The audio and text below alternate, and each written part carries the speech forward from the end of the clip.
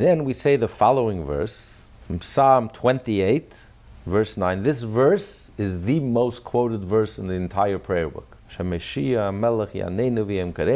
it right here. We're going to say it again at the end of Yichavoid. Hashem Meshiach Melech Yaneinu V'Yem Kadeinu.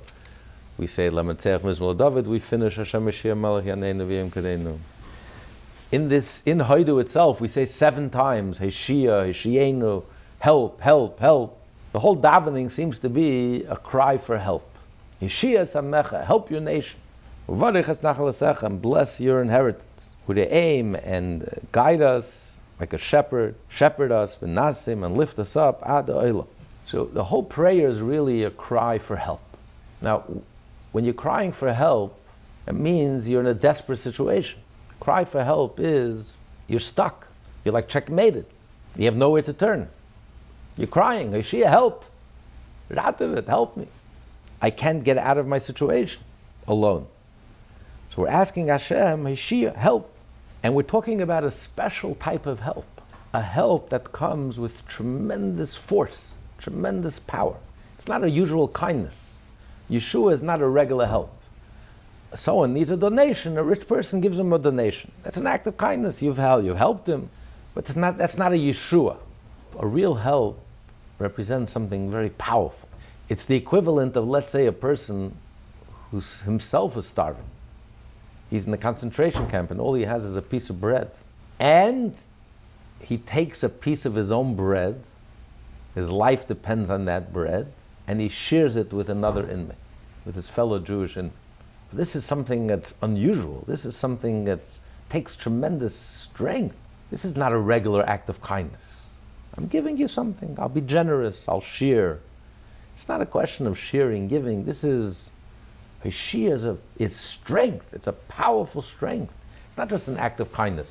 It's gevura. It's an act of strength that overcomes all calculations. It doesn't make sense. Kindness makes sense. A person is in need. I can help him, so I'll give him something. I'll write a nice check. Here it doesn't make sense. What do you mean? You have to look out for myself. I'm starving. This is the last piece of bread. What do you mean I'm going to share it with someone else? Why would you help that person? This is not a regular kindness. This is a whole different level. This takes strength. This is a strength.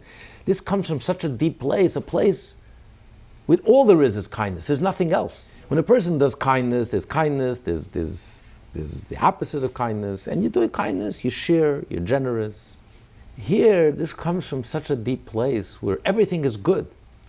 And even the gevura is not about restraint. Gevura is on the contrary. Gevura means to help, a powerful help. A help without any restraints, without any calculations. A help that doesn't even make sense. The person is stuck, the person is checkmated. And yet, you help. I'm giving him from my last piece of bread. That's what we're asking Hashem. We're asking Hashem, Meshia Samecha, help your nation. Now when Hashem helps a Jew on that level, this is a help that only reaches Amecha, your nation, because it comes from the deepest essence of Hashem. The deepest essence of Hashem is all good. There's nothing negative. The nations of the world come from the binary world, the world of duality. You have a right and you have a left. You have kindness and you have the opposite of kindness, strictness, toughness. In that world, the Jewish people are more generous. That's where, by nature, we're kind and liberal and compassionate. But then there's the essence of Hashem, which is all good. It's not binary, it's unitary, it's one. Everything is good. Even the gevura there is not about holding back and restraining. It's on the contrary. Gevura means to give with such intensity, to give with such strength, to help out, to smash through, to break through, to even when everything is stuck and it makes no sense and it's impossible, and yet you do the right thing, you do kindness. Giving your last piece of bread to help someone else. This is Yeshua. When Hashem reveals His Yeshua, Hashia, it's only a Samecha. Because on that level, this comes from the world, in the language of Kabbalah, it comes from the world of Keser, Pnimis HaKeser. And in that world, if you turn the letters around, Keser becomes Kares. There's no room for the nations of the world. There they get cut off. Here it's Hashia Samech. When Hashem reveals that essence, that oneness, even the Gevura is kind. There's no left. Everything is right there. There's no left wing there. Everything is right there. There, Hashia Samech. Hashem helps His nation. And that's exactly what we're referring to. We're praying in a time of exile. We're praying in a time where we're checkmated and stuck and in this quagmire. And we're crying out to Hashem, help, Hashia. We need a big help. We need an unusual, extraordinary, and maybe we're not worthy and we're not ready, we're not worthy, there's many, but we're asking Hashem to help us. Go beyond any calculation.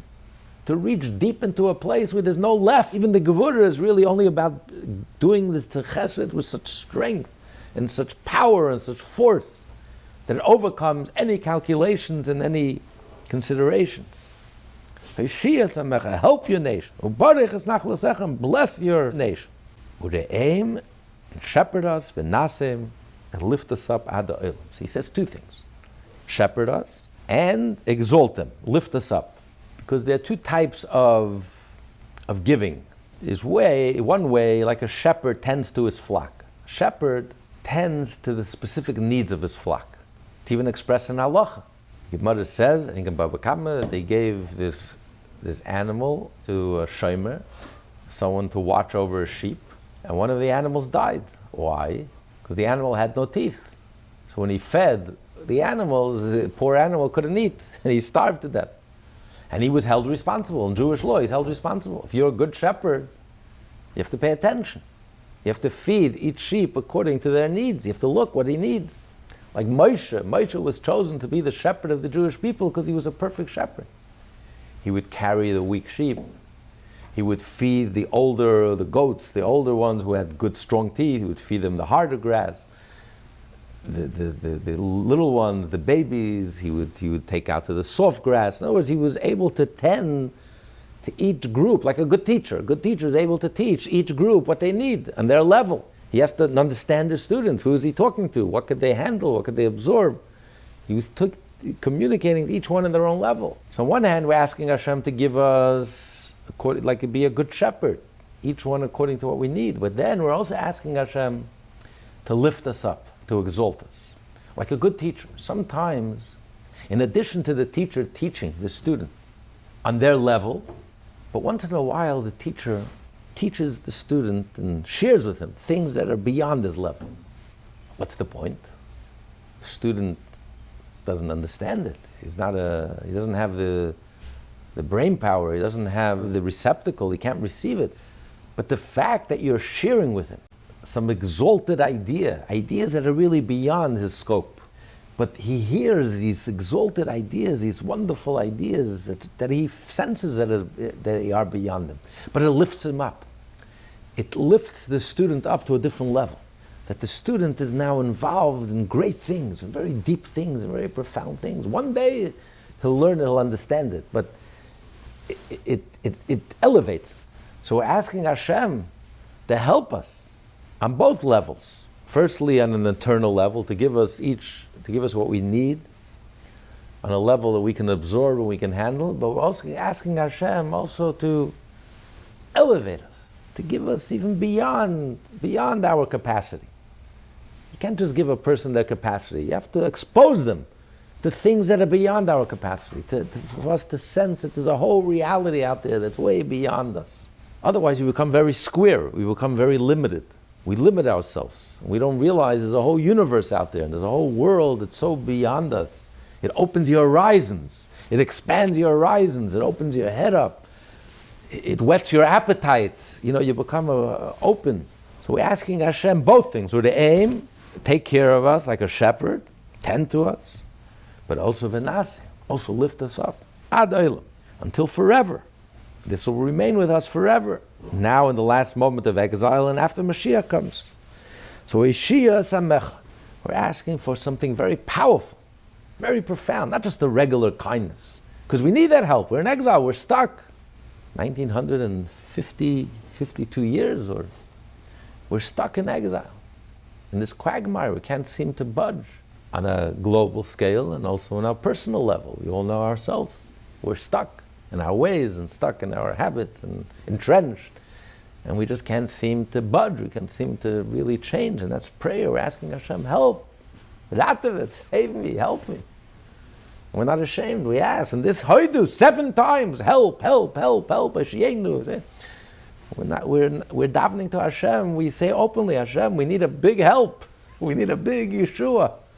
So help comes from a very deep place, a very powerful. We're asking Hashem for a powerful response, not a regular response. A help, a Yeshua. This is actually today, that's what we use when you count for a minyan. In the olden days, we used to use the pasuk that we said in the beginning of davening. V'ani b'roiv chazdecha, havoi v'secha, ashtacha v'el, heichal kadshecha, v'yirasecha, the 10 words. But now in exile, we use the pasuk Yeshia Samecha Baruch Nalsecha as 10 words. Because you're not allowed to count directly, but you're counting for a minyan, for a mitzvah, you can count indirectly by using a pasuk Yeshia Samecha. And this is the verse that we use because this is, especially in exile, we're asking Hashem, we're davening. Yeshua comes from the inner, the strength of Hashem. It comes from the essence of Hashem, that it breaks through, and it comes with a tremendous force, breakthrough even through the exile. And that's what he says, Ure'im, v'naseim, and lift us up. Because a person could be uplifted internally, or you could be lifted externally. When a person is given a position of honor, so they become uplifted. But then you have a person who's essentially uplifted. Even before he's given a position of honor, before he's even discovered, he's just, as Paris said about Yosef, he has signs of nobility. He was a slave, but he has signs of nobility. There's a person who's essentially noble, essentially uplifted. It doesn't matter externally if he's in a position of authority, not a position of authority. And that's the difference in the kingdom of David and many other kings. A member from another tribe could also be a king. There were many kings. There's the kings of Israel. Well, not the kings of Yehuda. But the difference is that David is inherently a king. There's an innate, inherent nobility. He's a king before he becomes a king. Being a king only reveals his qualities of royalty, versus it could be a king who's appointed, and when he's appointed, he's a king. And the difference is also what happens if you're no longer a king. if you're retired. So a person whose whole elevation is external, circumstantial, when you remove the circumstances, he's an ex-prime minister, now he's a nobody. But a person who has an essential nobility, a nobility of character, a nobility, inner nobility, doesn't matter. You don't retire. That remains with you. There's always something special about this person. So too, we're asking Hashem. Hashem lifts up the Jewish people. In other words, a Jew is nobility, not because of anything external and circumstantial. We're noble because we have a connection with Hashem. And it's that connection to Hashem that gives us that nobility and that elevation. And that's not anything external. No one can take that away from you. If your life is immersed in godliness and holiness, you carry yourself with a certain nobility. Technically, externally, it's taken away from me. I'm in exile. I'm being oppressed. But no one can take away that elevation. And that's part of Yeshua. We're asking Hashem this help, this tremendous help. This comes from Hashem's essence. Hashem gives us, lifts us up. He fills our life. And a Jew's life is filled with godliness and with holiness and with the connections. Our life is uplifted. And it's nothing external. Nothing can take it away from us. We can be in exile and we're noble. It reminds me of the story of the Nazi who was stomping on the Jew. And at that moment, the Jew said, fortunate I am that I'm a Jew. The Nazi was shocked, startled. He says, you're praising God that you're a Jew? Look at you. I'm stamping on you, I'm stomping on you, I'm pressing you, I'm beating you, I'm humiliating you. You're on the floor, I'm on top. You're praising God, thank you that you made me a Jew. So the Jew looks up, and he says, now more than ever, look at the difference between me and you. You're a beast. You're an animal. And look at, thank God more than ever that I'm a Jew. Because a Jew would never behave this way, would never treat another human being this way. There's an innate, inherent nobility which you can't take away from us, and that's why we're uplifted. No matter what the circumstances are, a Jew carries himself with Jewish pride, with Jewish dignity, with nobility. That's what we ask. Yeshia Samecha, help, aim, and give us pasture, v'nasim, and lift us up. Ad olam. And that's something that no one can take away from us. That's something that lasts with us forever and ever. Nafshenu, our souls, chiksel Hashem. Our souls yearn for Hashem. Ezreinu Maginenu. He is our help and our shield. Like a chakaloi b'choyim shiyaveh, like we wait for Mashiach.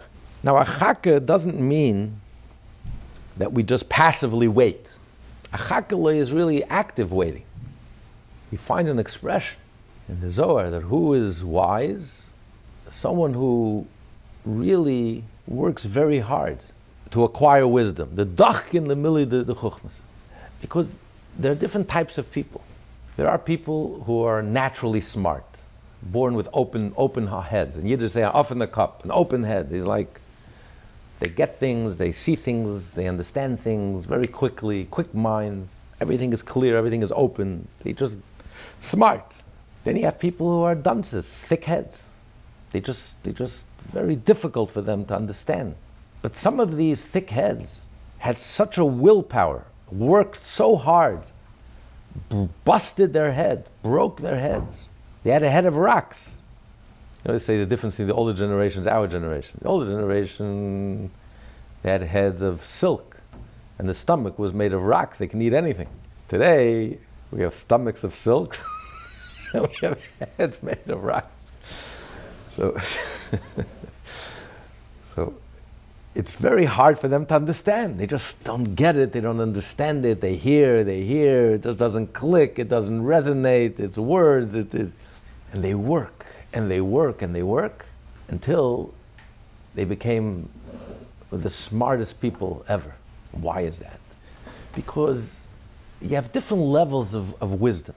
The analogy is, you have 3 different levels in fire. You can have a fire, a flame, an open flame.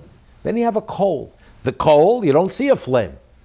But if you touch it, you'll get burnt. The flame is there, it's in the coal. If you touch it, it's hot. If you blow it, the flame will emerge. It's hidden, but it's right there. Then you have the flame in the flintstone. There's also a flame there. There's a potential for fire, but it's completely hidden. There's no fire. You can put the flintstone into water. But even if you put the flintstone into water, it could be there thousands of years. If you put a coal into water, it's over. The fire is finished, extinguished. You put the flintstone into water, it could be there thousands of years. You remove the stone, you dry it up, you can always get fire. The fire is there. It's part of the stone. But in order to get that fire, which is so hidden, with the coal, all you have to do is touch it, blow a little. It's hidden, but you just blow it and it emerges. You fan the flame. But in the flintstone, it's not enough to touch it. To get the fire, you have to strike it very hard. So too, you have different levels of wisdom. You have open wisdom, like a fire. A person who's naturally smart, just the open flame. Then you have things you have to learn and you have to acquire. Okay, but it's like the coal. You don't have to work that hard. You have an open head, off in the cup. You blow the flame a little effort, and you fan the flame. But then you have like a stone. It's like a blockage. It's not allowing you access. Like around the brain, there's a thin, it's called a krum, there's a thin skin, a membrane. Some people, it's a thick membrane. And nothing can penetrate. Like a rock, it's not allowing you to access the fire. The fire is completely like hidden, as if it's not there. It's not hidden, it's as if it doesn't exist. I don't see any fire, and nothing can get through. But if you strike it, then you get fire. So this is the idea of waiting. The Talmud describes the difference between someone who's sharp and someone who takes his time until he understands something. Someone who's sharp, he gets it right away. Doesn't have to dwell on it too much. He learns it, he hears it, it clicks, he gets it, he's smart enough, he picks it up, and he understands it. He has a very good understanding, he has off in the cup, open head. But then you have someone who's very deep. And when he learns something, he can learn it and dwell on it for 7 years. There was actually a rabbi in Yekaterinoslav that used to call him the snake. Because everything, when he learned something, it can sit in his head for 7 years. Like it says, the Talmud says, a snake, it takes 7 years till they come to term, when they're pregnant. So, it's not so clear. It's not crystal clear. He senses that things, it's fuzzy, it's vague, it's not, he doesn't truly, fully get it. It doesn't fully click, doesn't understand it 100%. And he has the patience. He'll wait and chew it over again and again and think about it again and again and again and again. And he's not done until it clicks, until it becomes 100% crystal clear. So could you compare the two levels of understanding? The one who gets it very quickly, like the fire, it's revealed, it burns, it reveals, but you know what? It's very superficial. You put it in water, it's over. But the fire that's in the stone, that's very deep. If you're able to access that fire, that's like the essence of the fire. If you're able to access it, and you have to strike very hard, and you have to really work very hard. And it takes time. There's no shortcuts, and you have to work and again and learn it 100 times, 1,000 times, and chew it over and think it over, and finally, till you truly get it. But then that understanding is deep and profound. So it says, who merits the true understanding of Torah is someone who really sits with it and learns it and dwells in it. A chakala, he waits. That's why the halacha follows the Babylonian Talmud, not the Jerusalem Talmud. For one page in the Jerusalem Talmud, you have the equivalent in the Babylonian Talmud, pages and pages and pages. Because the Jerusalem Talmud, everything was clear. They were like they opened off in the cup, everything was open. There wasn't much discussion. The Babylonian Talmud is tortured. Question and another question and back and forth and again, till the Talmud comes to a conclusion. You have to go through a whole back and forth and discussion, and the Talmud dwells in it, pages upon pages, till you come to. So it's much deeper. The conclusion and the understanding is much more powerful. When you work, you have to work your way through the resistance and the opposition, and you have to work your way through the obstacle, and you have to clarify. It's much more powerful. It's like a difference between rainwater and the wellspring water. You know, rainwater comes from heaven, comes in abundance. It's fresh from heaven, but you can't compare it to wellspring water. Wellspring water has to work through the earth, has to work through. That water is much richer in minerals, is much deeper, much more profound, much more powerful than rainwater. So that's what he's saying. When a yid waits, it's not passive waiting. We're yearning for Hashem. We're yearning for godliness. And we have the patience. Until godliness will click with us, until godliness will become second nature, until godliness will become our nature, the air that we breathe, until it becomes one with us. Chiksa, we're sitting and waiting and hoping and yearning for godliness. And we chew in it and we digest it and we absorb it and we're trying to go deeper and understand, deeper and deeper and deeper. We're yearning for godliness. That's what it means, yearning for redemption.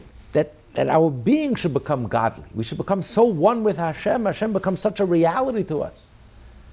And we're yearning and anticipating and waiting for that and working on that. So Hashem responds in kind. Hashem is our help. In Him our heart rejoices. We had trust in your holy name. So in the beginning it was just our heart rejoiced, because we had trust that things will be good. But until it's actually good, you could only rejoice once it's actually tangibly good.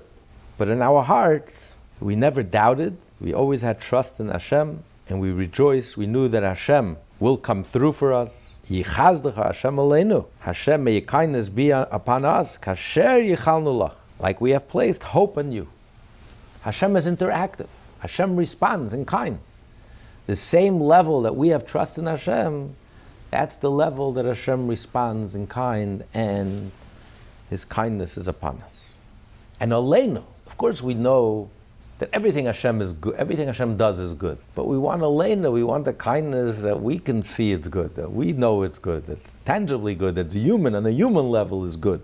Like we hoped. That's what we hoped. We had hope. And we trusted that things will be tangibly good. Of course we have faith that everything Hashem does is good. But we have hope and we have faith, trust, that everything will be tangible. So let your kindness, chazdecha, your kindness, should be aleinu, over us. on a human level. Hashem's kindness should translate aleinu into our level. That's what we consider kindness, what we consider goodness, that we can appreciate the goodness and the kindness. Hareinu Hashem chazdecha. And this is from Psalm 85. Show us Hashem your kindness. Everything Hashem does is kindness. But we want Hashem to show us your kindness. V'yeshacha titen lanu. And your help, give us your help. So what do you mean, show us your kindness? Talmud says that a person doesn't even recognize the miracles that happens to him. Many times Hashem performs miracles. The Talmud gives the analogy, you're sitting, you don't even realize that a snake was about to bite you and poison you, and Hashem saved you. You had no idea you were in danger. You had no idea Hashem saved you.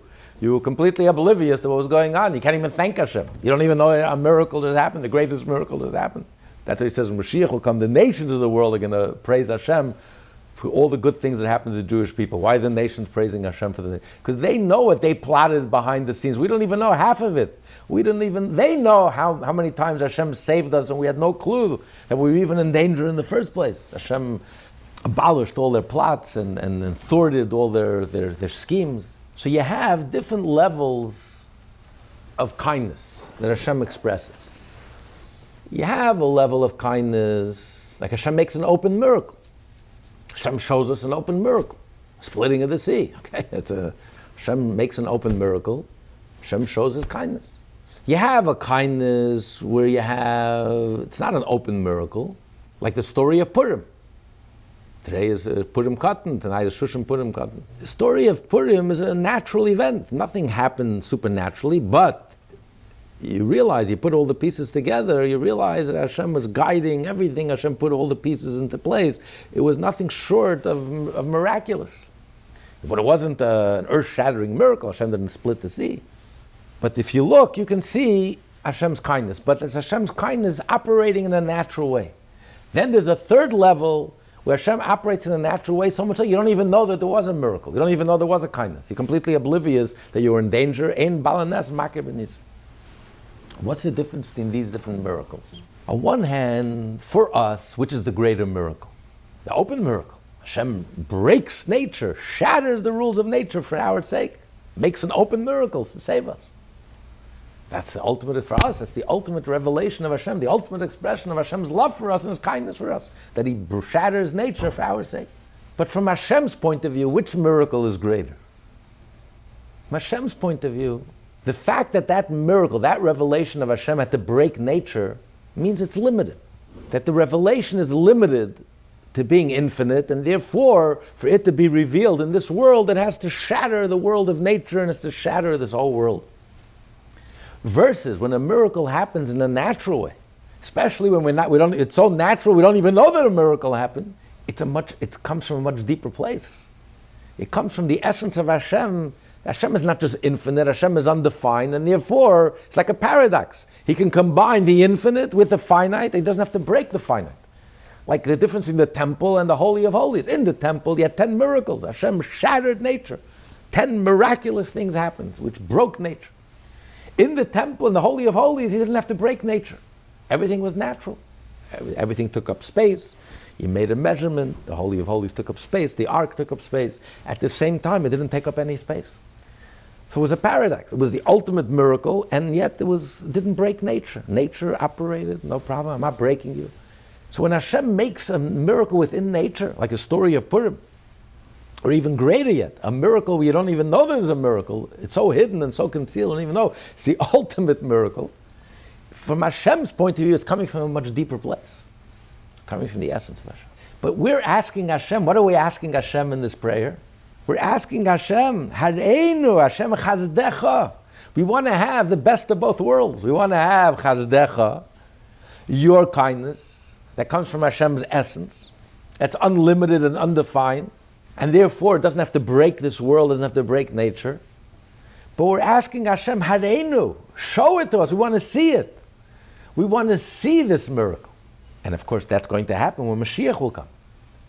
When Mashiach will come, the world will become so refined that the world itself will become a vehicle and a vessel for the ultimate revelation of Hashem, where Hashem's essence could be revealed. It won't break nature. On the contrary, it'll be completely absorbed within this world, seen, and and it'll be completely visible and obvious. And at the same time, it will be natural and completely unnatural at the same time. Hareinu Hashem Chasdech. Show us your kindness. Yeshachat titlan, and your help. Give us your help. Kuma, rise as Rasulanu. Help us, Teinu, and redeem us. L'man Chasdecha, for your sake. By the way, we just said V'yeshacha, your help titlan lanu. Because who is Hashem really helping? Again, Hashem is helping us. He's really helping himself. Because firstly, Hashem is with us in exile.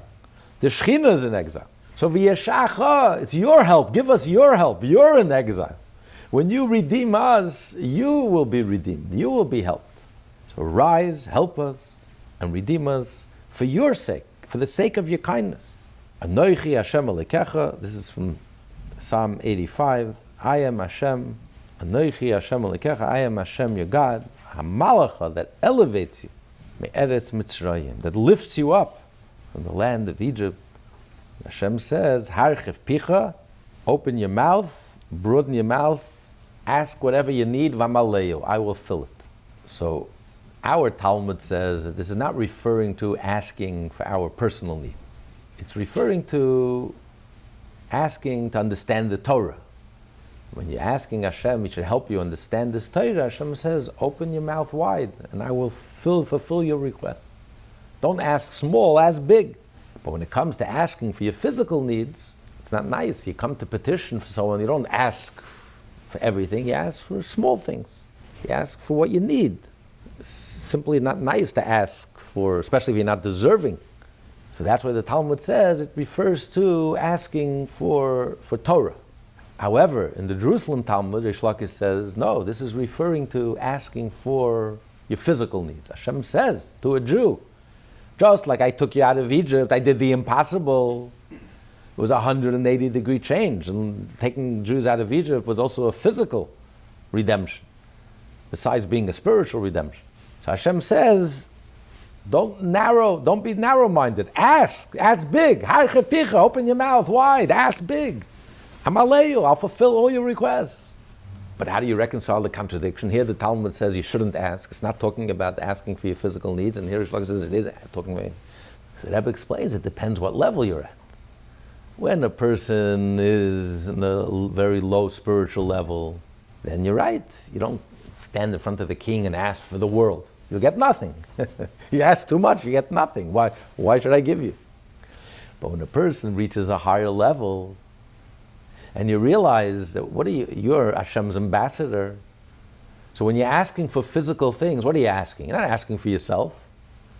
You're asking Hashem, I need a well-stocked embassy to do your mission, to bring your word, to bring the word of Hashem to the world, to create a Beis HaMikdash, to create a palace for Hashem. I need gold and silver and copper. I need everything. Everything that's out there has to be used for you, for Hashem. Why else was gold created? Only to serve Hashem. So I need gold. You don't ask for small things. Harchef Picha, Hashem says, open your mouth wide and ask for all the physical things because you need it to serve me. V'amaleyu, and I will fulfill your request. So in the beginning of davening, that's what we're quoting this verse. Hashem says, just like I took you out of Mitzrayim, I took you out of all limitations. Think big. There's a dramatic change. Don't just think small. Don't be narrow-minded. Harchef Picha, open your mouth wide and ask for whatever you need. V'amaleyu. Hashem is not limited. Think He can only give you this? I don't want to ask you too much. I don't want to burden you. You think for Hashem this is too much? Hashem can give you this. A, B, Aleph, Beis, Gimel, Dalet, from Aleph to Taf. He can give you all of it. Ashrei ha'am. Fortunate is the nation, Shekach, whose lot is thus. Ashrei ha'am. Fortunate is the nation, Shashem Elikav, that God is our God. We can call God our God. We're the only ones in the universe that can call God our God. And fortunate is the nation, Shekach. Kacha means the way it is, loy, it's His. Meaning that you're outside, you should be outside like inside. Shekacha, which refers to the way it is, the truth. Deep down, every yid has a pintel yid. Every yid has a spark. Every yid has a relationship with Hashem, a connection with Hashem. It's objective fact. It's a reality. You like it, you don't like it, you acknowledge it. It doesn't matter, it doesn't change anything. So fortunate is the nation, Shekacha loy, that the kacha, the way it is, this pintel yid that's deep down, loy, we live that way. Imagine a life where you live your life consistently. where your behavior, your actions, your thought, your speech, your whole life, 24/7, is consistent with your innermost truth. What a liberation, what a freedom to be able to actualize all your potential. A life where you completely live your potential, actualize your potential. Ashrei, fortunate is the nation, shekacha loy. Their inside is reflected in their outside. Their outside reflects their inside. They express who they are. Kacha is who you are. Loy, this is to them, this is how they live. What they are, who they are, is all one. And Vani, we conclude Psalm 13, Vani, and I b'chazdecha, b'tachti, I have full trust in your kindness. Yagel libi b'shuasecha, my heart rejoices in your deliverance. It's your deliverance, Hashem's deliverance. Again, when we are helped, Hashem is helped. When we are suffering, Hashem is suffering. Hashem is in pain. Hashem is in exile. When we are helped, when our prayers are answered, when we are helped, Hashem is helped. And we rejoice in Hashem's help. Yeshua Secha. Ashira Hashem. I will sing to Hashem. He gamal aloi. He has dealt kindly with me. Also, it says, why will Hashem respond to our prayer? Because of the kindness that we do to each other. When we do kindness to each other, Ki gamal aloi, when we act kindly to each other, then Hashem is interactive and Hashem will act kindly to us and He will respond to our prayer. So this Hodu is a very powerful appetizer. It's a collection of verses, but it's a very powerful theme that runs through it, and it's like a taste, a little taste before we get to the Pesukei Dezimra, before we really get to the first course. This gives us a little taste, whets our appetite. What's to come? Next week we're going to do the Mizmor Shir Chanukas Habayis LeDavid.